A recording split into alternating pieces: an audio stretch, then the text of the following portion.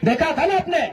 अरे पुलिस तो छोड़िए, पानी बरसाने वाली गाड़ी थी, आंसू गोला छोड़ने वाली गाड़ी थी, रबर गोली छोड़ने वाली गाड़ी थी, अग्निशमक की गाड़ियां थी, जैसे मानो किसी आतंकवादी से लड़ाई में आए हैं।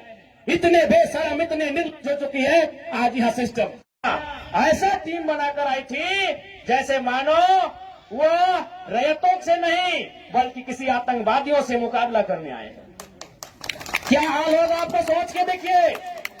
एक विधायक है हम, ठीक है, हमारे समर्थकों ने गलत किया था, सही किया था, वो अलग विषय है, लेकिन प्रशासन का ये रूप, ये कौन सा संवैधानिक तरीका है भाई। एक महज मामूली क्वार्टर का विषय था, ऐसे ऐसे क्वार्टर धनबाद बोकारो में गिनेंगे तो शायद 1 लाख के आसपास होगा, 1 लाख आसपास होगा।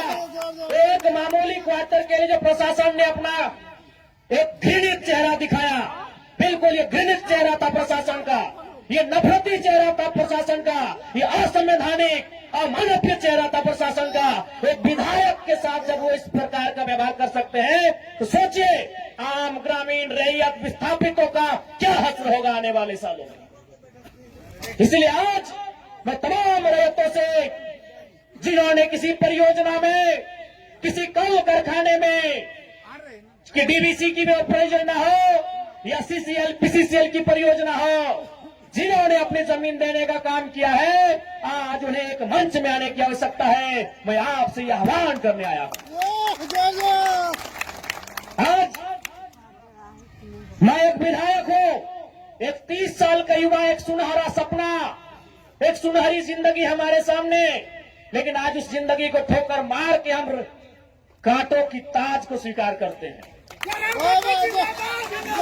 उस सुनहरी, उस मखमली जीवन को हम ठोकर मार के कांटों के रास्ते को चुन रहे हैं, जबकि आपको भी मालूम है हम माननीय हैं, फूलों का बिस्तर हमारा स्वागत करने के लिए तैयार है, लेकिन हम कांटों की राह चल रहे हैं।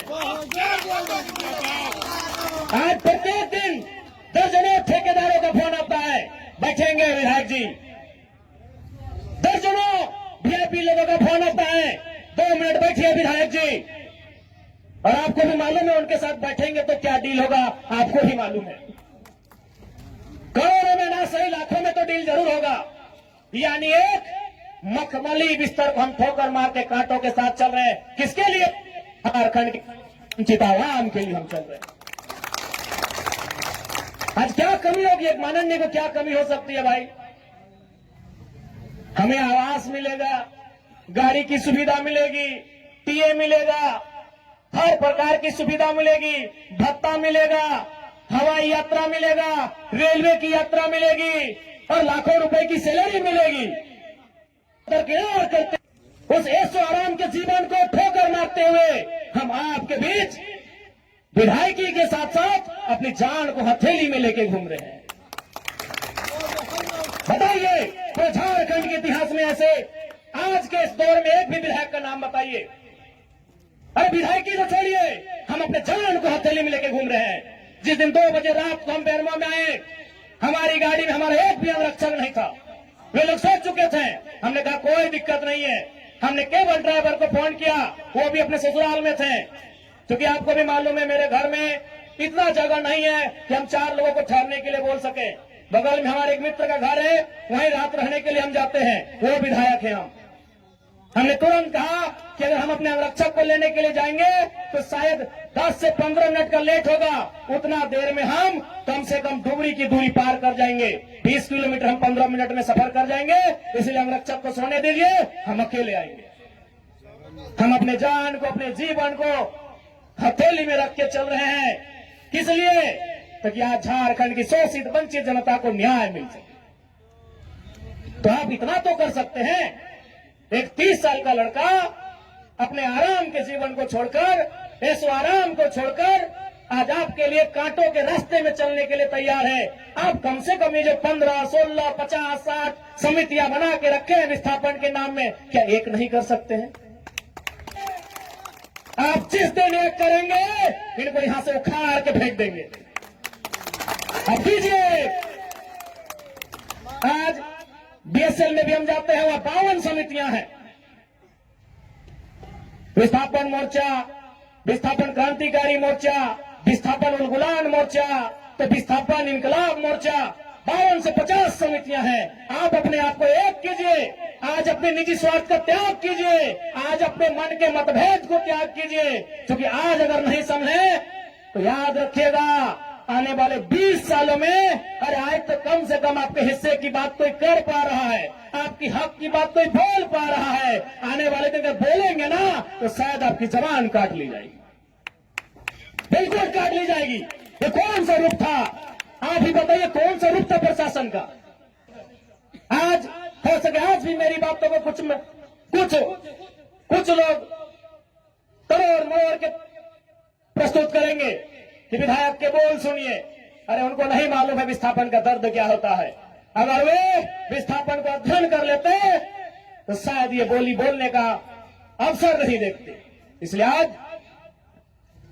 मैं आपको स्पष्ट कहना चाहूंगा, और मैंने विधायक बनने से पहले ही कहा था, मैंने सांसद का चुनाव लड़ने से पहले ही कहा था कि आज जो हाल मैं देखता हूं पूरे झारखंड का, आज जो मैं अफसरशाही का व्यवहार देखता हूं, आज जो मैं प्रबंधन की मनमानी देखता हूं, मैंने बहुत दुखी होकर कहा था कि मैं पीएचडी का स्कॉलर हूं, लेकिन मैं शायद इस बात को आप लोग मेरा गलत कहें, लेकिन मैं कह रहा हूं कि कोयला अंचल में रहने वाले लोग जो विस्थापित लोग हैं वो हम दो, हमारे दो नहीं, 2 बच्चों को एक्स्ट्रा जन्म दीजिए और उनको केवल और केवल विद्रोह की भावना के साथ तैयार कीजिए कि आपको बदला लेना है। बिल्कुल इस मेरी बात से बहुत सारे लोगों की आपत्ति होगी कि माननीय कैसा बोल रहे हैं, लेकिन उनको क्या मालूम कि जिस जमीन को हमारे बाप दादा ने 1970 में दिया है, हमारे बाबूजी मर गए, लेकिन आप भी जवान बेटा वो बुढ़ापे की ओर चला गया है, लेकिन इंसाफ नहीं मिल पाया। और ये तो गनीमत है। झारखंड के किसान भोले भाले हैं, झारखंड के किसान सरल हैं, झारखंड के किसान सीधे साधे हैं कि आज 1970 की लड़ाई को घिस घिस कर अपने जीवन को, अपने खून को गला गला कर लड़ रहे हैं। अरे ये बंगाल याद होगा तो 1964-65 का दौर था। एक दिन पहले कुछ जमींदारों ने, कुछ सामंतवादियों ने एक किसान को मारा था, उन्होंने नक्सलबारी और नक्सलवादी जैसे घटना को अंजाम दे दिया था। एक दिन पहले ये तो झारखंड के किसान हैं कि 70 साल से बर्दाश्त कर लिए, बंगाल के किसानों ने एक दिन बर्दाश्त नहीं किया था। आज आप नक्सलवादी सुनते हैं ना, नक्सली नक्सली नक्सली, ये डिक्शनरी का वर्ड नहीं है, नक्सली कोई पूरा वर्ड नहीं है। नक्सली बुरा हो सकता है, नक्सली वर्ड बुरा वर्ड नहीं है। नक्सली एक्चुअल में, वास्तव में बंगाल में दार्जिलिंग जो क्षेत्र है वहां एक गांव है, उसका नाम है नक्सलवाड़ी। नक्सली कोई डिक्शनरी का शब्द नहीं है जिसको हम लोग झारखंड में सुनते हैं नक्सली। एक बंगाल का गांव है, उसका नाम है नक्सलबाड़ी। उसी गांव में घटना घटी थी। किसानों को कुछ जमींदारों ने, जमींदार को आप प्रबंधन से ही तुलना कर सकते हैं, जमींदार को आप प्रशासन से तुलना कर सकते हैं, तो कुछ जमींदारों ने, उस किसान का नाम था जंगल संथाल, लगभग 6 फुट ऊंचाई का वो किसान था, उसका नाम था जंगल संथाल। उस किसान के कुछ साथियों को लाठी डंडे से पीटने का काम किया था। बदले में एक ऐसा क्रांति आती है, उसे आप नेगेटिव कहिए पॉजिटिव कहिए वो विषय नहीं है कि आज उसे नक्सलवाद, नक्सली और नक्सलवादी का नाम दिया गया। वे किसानों की घटना थी और उसकी तुलना में तो झारखंड के लोग सीधे साधे भोले भाले लोग हैं। आज 70 साल से पिस रहे हैं, आज 70 साल से घिस रहे हैं। आज कई पीढ़ियां बर्बाद हो गई। आंखों के सामने बूढ़ी माँ इलाज के अभाव में तड़प तड़प के मर गई। आंखों के सामने जवान बेटा बेरोजगारी से तंग आकर खुदकुशी कर लिया। आंखों के सामने इतनी घटनाएं घट गई, आंखों के सामने इतनी घटना घटने के बाद भी आज झारखंड बर्दाश्त कर रहा है। ये बंगाल होता तो आज नक्सलबाड़ी जैसी कई घटनाओं को अंजाम दे चुका होता। फिर भी